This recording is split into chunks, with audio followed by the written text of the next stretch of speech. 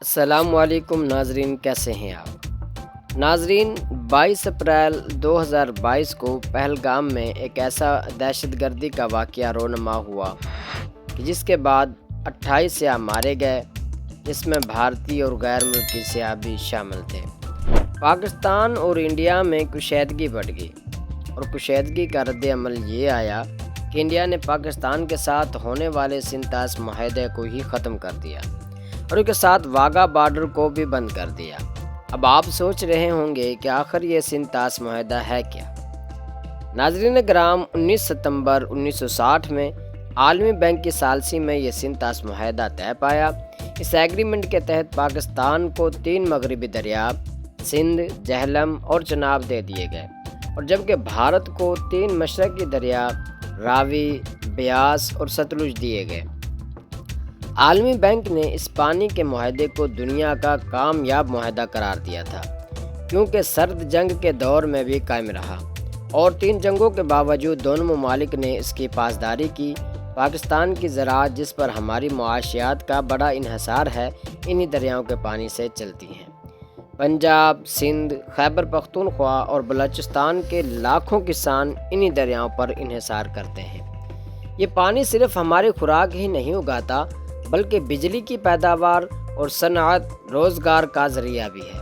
یہ ایک ایسا قدرت کا تحفہ ہے جس کے بغیر پاکستان کا وجود ہی خطرے میں پڑ سکتا ہے۔ بھارت اب یہ دعویٰ کر رہا ہے کہ اب وہ اس معاہدے کو مزید نہیں مانے گا۔ یہ کوئی چھوٹی بات نہیں ہے، بلکہ یہ پاکستان کے خلاف پانی کے ذریعے جنگ چھیڑنے کے مترادف ہے۔ دراصل انڈیا کافی عرصے سے اس معاہدے سے جان چھڑانے کی کوشش کر رہا ہے۔ اس نے پہلے بھی کئی دفعہ کوشش کی ہے۔ مثلاً ہندوستان نے چناب نگر پر منگلا ڈیم بنایا، کشن گنگا ڈیم تعمیر کیا۔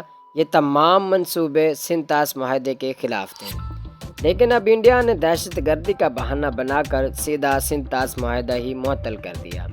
ہندوستان کا یہ عمل بین الاقوامی قوانین کی دھجیاں اڑانے کے مترادف ہے۔ اب سوال یہ ہے کہ ہندوستان یہ عمل خود کر رہا ہے یا اس کے پیچھے کوئی بڑا عالمی کھیل ہے؟ پاکستان نے ہمیشہ سنتاس معاہدے کی پاسداری کی ہے۔ پاکستان نے ہمیشہ بھارتی خلاف ورزیوں کو سفارتی طریقوں سے اجاگر کر کے حل کرنے کی کوشش کی، عالمی اور اقوام متحدہ تک مسئلہ کو اٹھایا۔ پاکستان کا موقف اصولی ہے، پانی کو بطور ہتھیار استعمال نہیں کرنا چاہیے۔ پاکستانی عوام میں شدید غصہ اور تشویش پائی جاتی ہے۔ یہ معاہدے کی معطلی کا مسئلہ نہیں، بلکہ ہماری زراعت اور ہمارے بچوں کے مستقبل کا مسئلہ ہے۔ سوشل میڈیا پر ہر جگہ ایک ہی سوال ہے کہ کیا انڈیا اب ہمیں پانی کے ذریعے دبانا چاہتا ہے؟ پوری قوم ایک بات پر متفق ہے کہ پانی کا مسئلہ نیشنل سیکورٹی کا مسئلہ ہے۔ اگر بھارت اس معاہدے کو معطل کر کے بھاگ جاتا ہے تو سب سے پہلا اثر ہمارے دریاؤں کے بہاؤ پر پڑے گا۔ بھارت چناب، جہلم اور سندھ پر ڈیم بنا کر ہمارے پانی کو روک سکتا ہے یا پھر بہاؤ کو کم کر سکتا ہے۔ یہ پاکستان کی زراعت کے لیے تباہ کن ہوگا۔ فصلیں سوکھ جائیں گی اور خوراک کی قلت پیدا ہو جائے گی۔ بجلی کی پیداوار میں شدید کمی آئے گی۔ اس کے علاوہ برآمدات بھی متاثر ہوں گی، اور مزید یہ کہ اندرون سندھ اور جنوبی پنجاب جیسے علاقے جو انہی دریاؤں پر انحصار کرتے ہیں، وہاں انسانی بحران پیدا ہو جائے گا اور پانی کی کمی شہروں تک آ سکتی ہے۔ ایک بڑا سیاسی، معاشی اور انسانی المیہ جنم لے سکتا ہے۔ مودی حکومت نے پچھلے کچھ برسوں میں ہندو نظریہ کو نظریاتی پالیسی بنا لیا ہے۔ پانی جیسا بنیادی حق بھی اب سیاست کی نظر ہو گیا ہے۔ یہ بات بار بار دیکھی گئی ہے کہ جب بھارت میں الیکشن قریب ہوتے ہیں تو پاکستان مخالف بیانیہ تیز کر دیا جاتا ہے۔ سنتاس معاہدوں کو توڑنا صرف خطے کے امن کے لیے خطرہ نہیں ہے، بلکہ خود بھارت کے لیے بھی ایک غلط مثال قائم ہوگی۔ اگر بھارت اپنے سیاسی مفادات کے لیے ایک تسلیم شدہ، دیر پا اور کامیاب معاہدوں کو ختم کرنے کی کوشش کرتا ہے تو پوری دنیا میں کسی بھی معاہدے کی کوئی حیثیت نہیں رہ جائے گی۔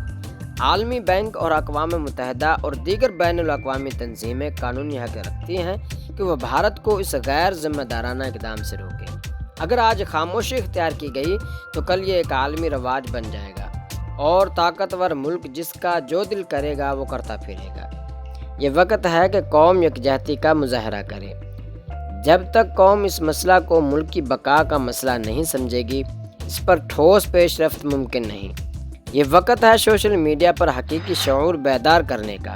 ہر پاکستانی کو پتہ ہونا چاہیے کہ سندھ معاہدہ محض کاغذ کا ٹکڑا نہیں ہے، بلکہ ہماری نسلوں کا مسئلہ ہے اور عالمی سطح پر اپنی آواز پہنچانی ہوگی۔ یہ صرف حکومت کا مسئلہ نہیں بلکہ ہم سب کی ذمہ داری ہے۔ اب تک کے لیے اتنا ہی، ملتے ہیں کسی اگلی ویڈیو میں، تب تک کے لیے اللہ حافظ۔